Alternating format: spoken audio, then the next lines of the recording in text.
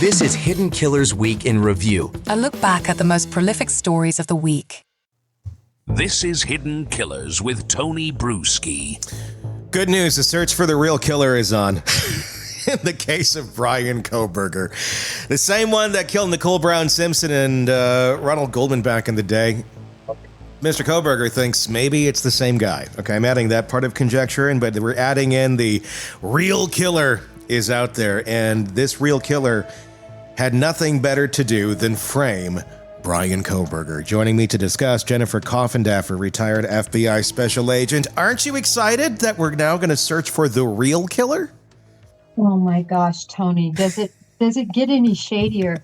It's just these situations where the evidence is just so strong and the defense really has their back against the wall. And, we always tease about throwing mud up against the wall. This doesn't even rise. This is more like spaghetti up against the wall and praying it sticks. Are we that out of options at this point in Kohberger camp that we're searching for the real killer? Yeah, they really are. It's just so insurmountable. That's my belief. Obviously, it has to be proven in court, but all of the rulings have gone into the favor of the prosecution, in terms of nothing has been thrown out. And so it just keeps mounting and mounting. And I tell you what, just even that little piece of evidence about Maddie's fingernails and there being a percentage that it's Bryan Kohberger, it's just undeniable. There's no way out. And so this is the only thing they can do. I mean, let's talk about just this idea. Let's entertain it for a moment. The idea of someone planting touch DNA on this knife sheath and leaving it there so people find someone else other than the real killer. Let's just talk about the plausibility of doing that, of putting touch DNA on this knife sheath. How would one go about doing such a thing to this extent? And then you can't see touch DNA, so you really you're kind of doing a crapshoot and knowing if it actually is on there or not from whatever thing you're taking the DNA from, I guess. Explain how this could work. Well, that's exactly right. I mean, really, you have to go with this option, and that is that somebody, being Bryan Kohberger, purchased a K-bar knife and sheath off of Amazon and had it in his possession. And then the person who was going to commit this crime then stole it with gloved hand, so his DNA or fingerprints wouldn't be on there, hoping that there would be touch DNA, which is not always the case. And then at that point, after committing these heinous murders, would have his mind about him and his wits about him to somehow plan it under Maddie Mogen's slaughtered body. That's the scenario that would have to play out. Seems reasonable, doesn't it? My gosh. I want to touch on something there that you mentioned, and I know you've mentioned it in the past. I think it was on Dateline. I don't think you've even mentioned it here. The Amazon thing.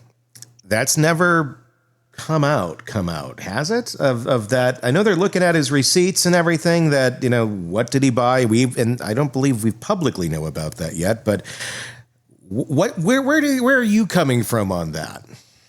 Okay, so in Dateline, it came out through Dateline sources. Okay. Not anything I per se mentioned, but something that they said in Dateline. Okay. That it was purchased by that. And I trust these producers. Yeah. This is Dateline. They are not putting their reputations out on the line if they don't have really solid factual information. So that's number one. But number two, we've seen these recent filings where they talk about it. And specifically, you have the defense saying, no, please don't let Bryan Kohberger's search history in. And we don't want his Amazon search history in or his Amazon receipt history in. Now, Tony, if he didn't have receipts showing he purchased the K-bar knife, I doubt that they would be putting up this much of a fight. And that's the thing. That's where I'm going with it all the time, too, is, okay, I mean, when you have a warrant, when you're looking for specific things, you have to have a reason for why you're looking at it. Now, I could see, kind of broad stroking this here going, well, let's look at the receipts. Why not? That usually does give us something, even if you don't know if anything is going to be on there. But even more so, if there is something on there, which now, I mean, in discovery, the prosecution, the defense will know what is on those receipts. And for them to really put up this stink, would they be putting up a stink about Amazon receipts if there was nothing on those receipts? No, they wouldn't. Yeah. And in fact, they would want those in. The defense would want that in. And again, this isn't like a Google search that is a pretty general warrant that people are going to get in a case like this. It's an Amazon search that's very focused, very specific. And particularly the search warrant, if we look back clear 2 years ago, if you look at that search warrant, it dialed down to K-bar and really focused in on 3 very specific knives. So they had it dialed down 2 years ago, really. But of course, then now the defense has seen these receipts and searches. I think it's going to be quite interesting to see what all he considered in terms of weapon choices. Yeah. I mean, do you think we're going to see these receipts before the trial now that the judge is really loosening up on sealed evidence and such? Or is this going to be one of those, oh, wow, we're going to find this out once this trial actually gets going?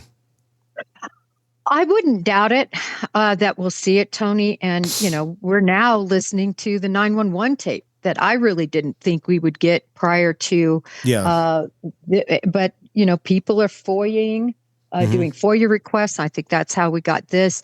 And so he's much looser now, and for good reason. They don't match up with the reasons that you're supposed to seal for, which are very specific reasons, and we're outside of any of that purview. I mean, this doesn't put an informant in jeopardy. It doesn't put an investigation in jeopardy, meaning they're not planning on arresting anyone else. This doesn't meet the criteria for being sealed, and that's why the judge told the prosecution and the defense, cut it off. We're not sealing all this stuff up anymore.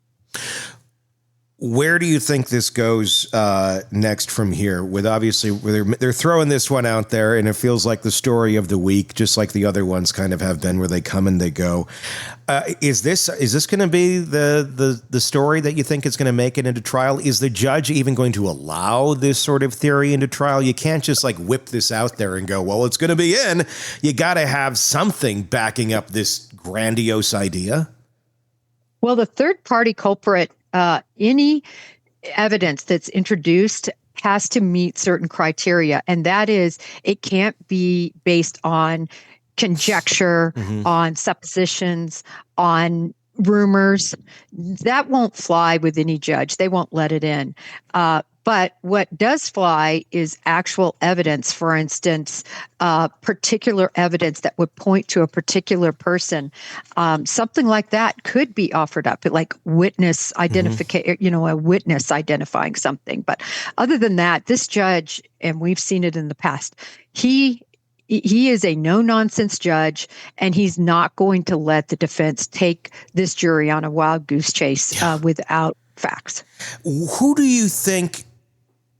And I know we can't, there's not like a specific name here for this because I can't think of anybody because there's been no other third party culprits even brought into this other than this idea that there's somebody planted this. So is Kohberger saying that the real killer planted this? Like there's somebody outside of the purview of the police that went in, did this, and wants to get Kohberger framed for it? Or is he saying more so the cops planted this there to get Kohberger because they really needed to get somebody? I mean, I'm not quite clear, and I don't know that they've been quite clear yet on their direction. I don't even know they know the direction they're going, quite honestly. Yeah.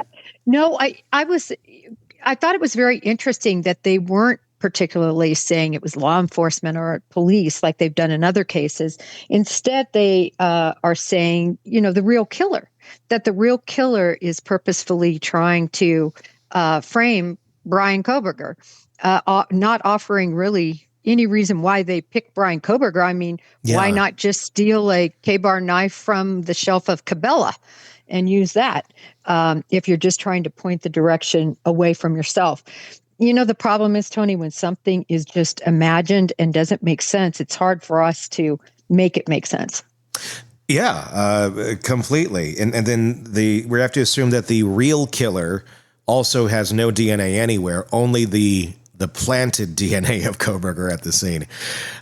If you're going to plant something on a scene, give me some experience here from your work in the FBI. Have you ever dealt with something where a scene has been this sort of situation where somebody's planting the evidence to frame up somebody else? And how common is that sort of thing happening, if ever?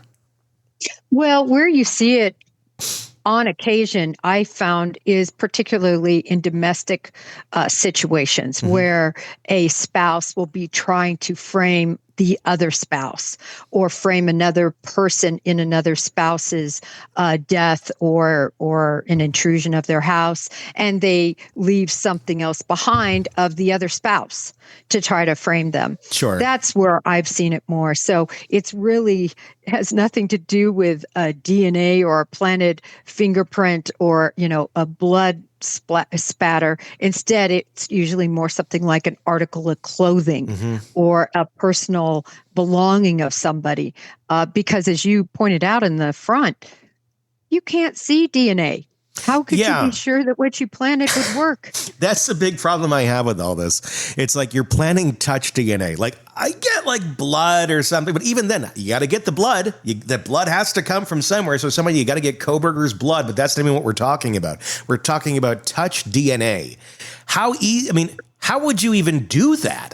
You'd have to have something that he's really handled pretty well and then take that and then put it specifically on the button of the knife sheath. I would think you'd just be, if you're hoping to get something, you'd be kind of like slathering whatever piece that you have his touch on all over it, so you hopefully get it there, not just right on the button of the the sheath. Can you do that? Is that, again, and how? I don't think it's at all plausible. It would be much more plausible if somehow you could get somebody's blood in some way. But the reason it's not plausible is because these are dead skin cells, right? This is actually somebody that would have sloughed their skin cells. So that's very difficult to plant, just like fingerprints are difficult to plant. The only way I think you could ever plant DNA would be if you followed somebody around, and just like what happened in the Rex Heuermann case, who's the Long Island serial killer allegedly, and he was eating pizza. And so they retrieved DNA from the pizza and pizza box that he discarded. So that is much more plausible. In other words, DNA is in your saliva. Yeah, but this wasn't saliva DNA. This was exactly. Yeah. No, right. I was just trying to make the point that that's the only kind of DNA I think you could legitimately, possibly plant. You can't plant touch DNA. That's the thing. Yeah, that was the only other thing I could think of is like, okay, did they follow him at the cafeteria or something? That's like get a straw. But again, that's not the same thing that they found. So that doesn't even make sense. There's no way to make it make sense. Now we're going to have it also would have had to have been stolen. Yeah. The sheath would have had to have been stolen. And, there's no reports of that or anything like that. It's just so far-fetched, but I just think they're desperate and have no place else to go. Is this just a move, try and introduce some reasonable doubt out into a potential jury pool? Somebody's going to half-assed hear this story and go, oh, I heard that there was that this could have been this, without even looking at it. And then maybe they'll walk into the jury box at that point having a weird, notion on the case that's not factual. Well, these lawyers and everybody really trying these big, high-profile cases have definitely heard of the Karen Reed case. And that is a perfect example of a case where they literally threw mud up against the wall, and I'll be doggoned if it stuck, pointing fingers at people with absolutely no evidence to back it up. And people have bought off on it. So I think they feel like, listen, we're going to try that in this case. We'll start pointing the fingers in other directions and see what sticks. Yeah. It's It's baffling, and my God, that's got to be insulting to those families when they're sitting there and they're seeing this one being thrown out now. I mean, the whole thing, it's got to be grueling as hell. I can't imagine being a parent and going through this. But when you just start hearing these asinine ideas being thrown out there as literally defense, and he sits there in that stoic way that he does in the courtroom with little to no emotion. Yeah, I cannot imagine being in any of those shoes or Steve's shoes at all. I know he's been very vocal about all of this. Let's talk about that just for a second. Kohberger's demeanor in court, it's always been pretty much the same, motionless. Just he's there. What is that telling you about any of this? I mean, he's not really leaning either direction, I think, for a jury to really read anything off of that. Is that a good thing in this case, or should he be showing a little more empathy or anything? Well, I'm glad you asked that question, because it reminds me so much of what we're taught as FBI agents when you're sitting there. And I'm going to take a scene sort of out of A Few Good Men, where he tells Demi Moore and the other actor, he says, listen, look like you expect everything that's happening. Don't make any facial expressions. Don't act surprised. Don't act sad.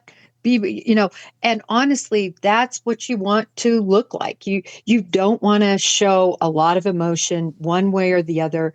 And he knows this. He is a PhD student in criminal justice. So he's gone to classes and he knows what the preferred manner is at a table. I'm going to digress a little bit here. I'm going to go to Karen Reed. Yeah. Look at her, how uncontrollable she's been in the courtroom and how negatively I think it's really impacted her. And that's the last thing Ann Taylor is going to accept from Bryan Kohberger.